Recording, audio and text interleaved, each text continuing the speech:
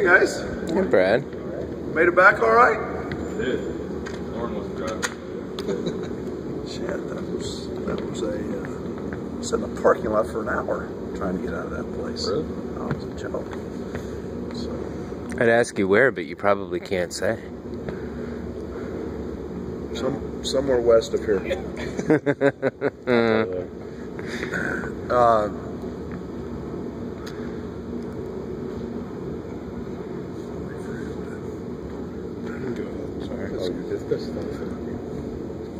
You don't have enough storage on your phone. Would you like to borrow one of mine?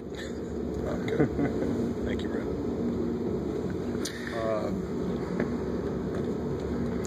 Obviously, interesting game in Indiana, I thought, from the standpoint that I was proud of our guys. Fell down, got up early. They made the run. Kind of the same story in that we have a drought from an offensive standpoint and fall down 10 at half, and then probably had as good a spurt as we've had offensively. We scored 12 to 14 possessions, I think, to open the half, and did some really good things. Did some good things defensively. A couple of our misses were really breakaway layups in transition off steals, but Juwan Morgan really kind of controlled the game from a defensive standpoint at the rim. I thought LeRon was terrific. It was kind of a tough shooting night for Trent. He got a couple clean looks early that didn't go down. He never really got back into a rhythm. But and then we got a nice second half from Kip after really kind of being out of it. I think 2 fouls in 5 or 6 seconds in the first half. But we thought we competed and gave ourselves a chance to take the lead, and didn't quite get it done, and too many missed free throws, and really the ball, our ball security wasn't great. I think we had 8 balls ripped out of our hand. So something we've got to be better at. Nebraska's very good at that. And we get ready for a team that's fighting for their life, fighting for their NCAA tournament life. They've got a kid that's probably playing as well as anybody in the league, and Palmer. He had the shot against us to beat us there, and has really kind of just taken off. I think he's one of the outstanding wing players in our league. And they're an experienced basketball team. And Watson at the point, and they go right on down the line. And with Jordy back in the middle, he didn't play in the first game. He's been very effective in the last 6, averaging 9 points, 5-6 rebounds. So that helps him on the glass. But very good Nebraska team. Give us your little health update on your 2 guys. Day to day with Mike. The protocol is one. I'll be honest. You just ask, can he go or can he not go? I mean, there's no real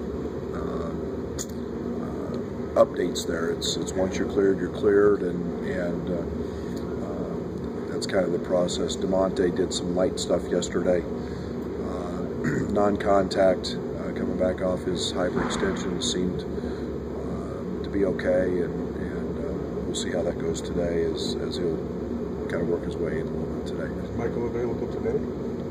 Michael will be evaluated here before practice to see if he can. My guess is no.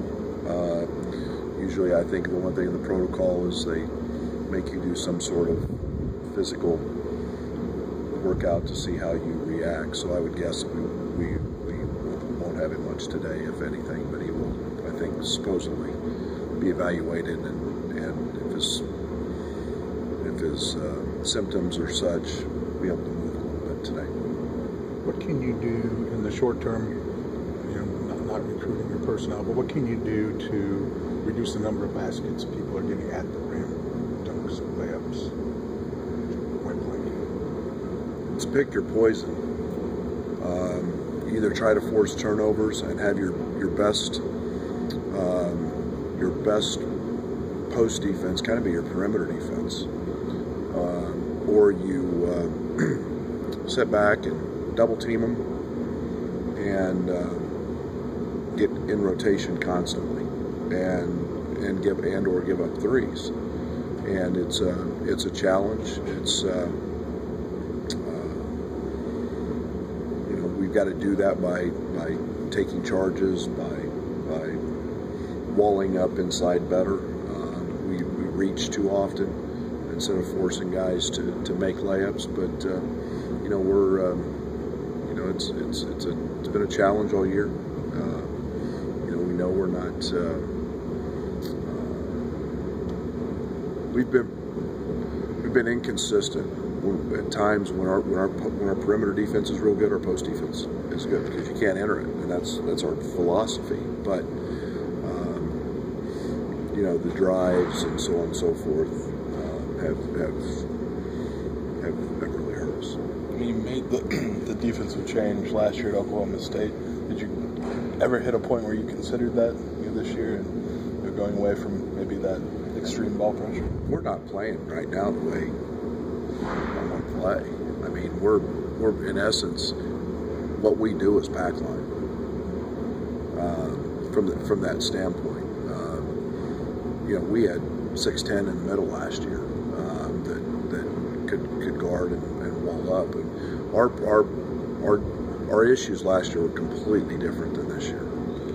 We were big and long and really athletic, and the Big 12 was a different animal in terms of the athleticism 1 through 4 that we see in the Big 10. We see a lot more size, and so it's a little different. But we've had some tendencies some times when we've been very good with our ball pressure and our denials, but overall that's been something that's hindered us, and basically becomes a pack line type defense. And it's when you play pack, you have to rotate, and you get into rotations, and that's something that we try to avoid as much as we can. Greg gave you some really active minutes early, still struggling with foul trouble. What are you seeing from him right now? Gosh, he's been unbelievable at times.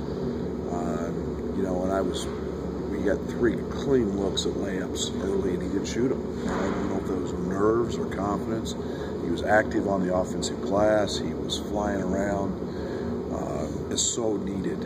And the one thing with Greg is the silly fouls, the scouting report fouls, the knowing, you can't close out on a guy that's a driver and run by him and reach and grab, and those little things mount up. And he's still got a tendency to use his hands instead of his feet when guarding in the post. But he's been really good, and he grows every day. And when that becomes consistent, we need more consistent play from him. We'll have something pretty good. Trent's been kind of off his game the last couple of games. Do you think he's pressing a little bit too much, trying to do too much all at once, or? I think it's been a lot the defense. I think it's been, you've seen, there's no doubt Trent's at the top of the scouting report, and the way teams have played him, I think it has a lot more to do with that than anything else. How have you felt about the minutes you've gotten recently from Tijon? Oh, Tijon's been really good, both ends of the court, and he offensively, for a guy who has really struggled throughout the course of the year to shoot the basketball, he's found a way to score. And his speed, his effort with which he comes off what we call our 2-man game, and his cuts, he's figured out the sprint and go really hard, and I can get a lot of layups. And if we could get everybody to do what he does, then we get a lot more layups and we get a lot more opportunities. But we made a big deal about it yesterday in film, about his success is just because he plays really hard and he cuts really hard. And he's been very, very good, and he's done it defensively as well. And he's probably our best off-ball defender in terms of denying and getting the help side and understanding the game. And he's been valuable there. I kind of keep thinking back to I guess what turned out to be the second to last play before halftime against Indiana, Laron's dunk. And is that a play maybe you want to put on loop to show the team, like, good dribble drive and Laron cutting hard on the baseline and easy bucket? Yeah, and it's been something that we've been challenged by every year, or by all years.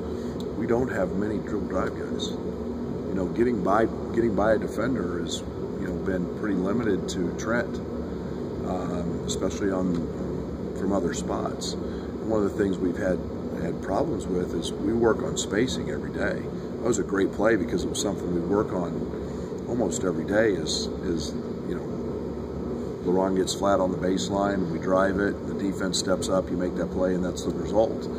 And but we've had difficulty getting by people and getting the ball to the paint, and you know, it's something we chart is the number of opportunities in the paint and our efficiency, and there's sure not near enough of them. And but that was a heck of a play. That's a question about Mark Smith, not about how he's playing, if you've answered that question, but when I look at him, it would be easy to say that's an unhappy kid. He looks unhappy, and maybe he's just unhappy with the way he's playing. Do you worry about that at all? What do you see from him and hear from him when you talk to him privately? Oh, I don't see that. I think he's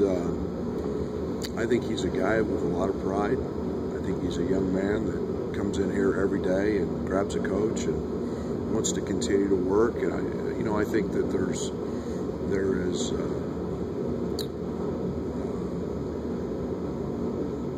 maybe a certain level of frustration that you don't, that he's maybe not playing the way he thinks he should play, and so on and so forth. But that's okay. There's nothing wrong with every now and then hitting some adversity and learning how you have to deal with it, learning how you have to grow. And all my conversations with Mark are you become better when you have those moments, and you become better when you figure it out. And you know, it's been an adjustment. You know, the defensive end has been a big adjustment for him. Offensively, he's had moments, and you know, the game is hard. It's not easy, and it's you know, it's. But Mark, I don't see that from him. I see a kid who wants to be really, really good, and you know, you hit the bump in the road and kind of throws you off center a little bit, and you do everything you can to get back to center, and he's doing that, and you know, I appreciate that about Mark, and that the character piece with Mark will always allow him to get back to center. Clearly, this is unfamiliar territory for you in your head coaching career, and anything can still happen. But outside of winning games, what objectives do you have as a staff for the rest of the season? Growth. Just grow. I don't know another word to use. We keep fighting for our culture. That's an old saying I keep using. It's about guys that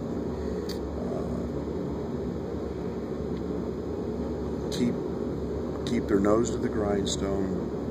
We keep teaching. We keep demanding. We keep expecting. We're not changing. In terms of day one to now, it's the same principle. Whether we're winning games, I was in here at 6:45 this morning watching film. We do what we do, and we can continue to communicate. We've got to continue to build the relationships, build the locker room, build the togetherness, build the camaraderie. All of those things allow you to win. Those things never stop, no matter whether you're winning games or losing games. And every single day, you know, what kind of leader would I be if I'm not an everyday guy and I've got it up in our locker room? And I challenge our staff with that every day. We keep, you know, whether it's get home at 2:30 from Bloomington and you're up and you're on the road recruiting, or you're in here with workouts and keeping our guys going. And that's the foundation that will build this program into the elite program we want it to be. So I try to be very, very consistent in my approach and the way I do everything. And yeah, it's not fun losing. I'm a bad loser, but I also take a lot more pride in being a disciplined, everyday guy, and not let that deter me. Results can be very, very hard to get. At the highest level, everybody's got it. Everybody's got the facilities. Everybody's got good players, and I understand it becomes cyclical sometimes, and it's not easy. But when you're building, it's growth, and that's what we're striving for every single day, is to be better today than we were yesterday. What's the worst thing about this? The schedule's nuts here at the end with 4 games in 8 days. Is it the road, home, road, or is it that you finish in Rutgers, which is right in the backyard of where you're going to play in a few more days? Do you stay out there? Where are you on all this business? Well, this is unfortunate for the players, the schedule, because I personally don't like it. We practice. We try to get better every day, and this doesn't allow that. This is game prep mode. Yesterday, in all essence, was probably our last real practice. Now, we covered Nebraska, but everything here is basically a one-day prep. You've got to take a day off. We will stay in New York or New Jersey, wherever, after the Rutgers game, and we'll take all of our academic people. But it's quite a challenge for our young people from an academic standpoint. You play an evening road game, get home really late. Now they've got to turn around and prep, go to class, get prepared for another game at home. I've never seen anything like it during the week, but it is what it is. I can't change that. But we'll manage the best way we can, and we'll have to make sure we're hydrated and make sure we're taking care of our bodies the best way we can to allow us to compete at the highest level we can. At least the opponents are easy. Yeah, they're really easy, and it's but it's unfortunate. I can see some of this in non-league stuff, but I've never played more than, I don't think I've ever played more than 2 games, and maybe 3 once, occasionally in the Southland. You might get them, Monday, Thursday, Saturday or something, but never like this. So it's unfortunate, but it is what it is. I understand why we did it. We'll deal with it the best way we can. So, other than the first Wisconsin game, maybe second half against Penn State, the effort that's been there for your guys, just when it might have been easier not to, what do you think is driving them? Well, I think they've got pride. I do think there's individual desires to be good, and I think that we, again, it goes back to what I say. I want to be consistent every day, and I'm not going to let them do that, and or I hope not to. And we're preparing every single day to win the next game, and I don't care who it's against. And I'm not doing my job if I'm not doing that, and they're not doing theirs if it's any other way. And guys are continued to care and play with passion, and so be it. I mean, we get 30+ nights a year to put that uniform on, and that has to mean something. And these guys care. Thanks. Thanks. Appreciate it. Flex let you count that as a sauna the other night?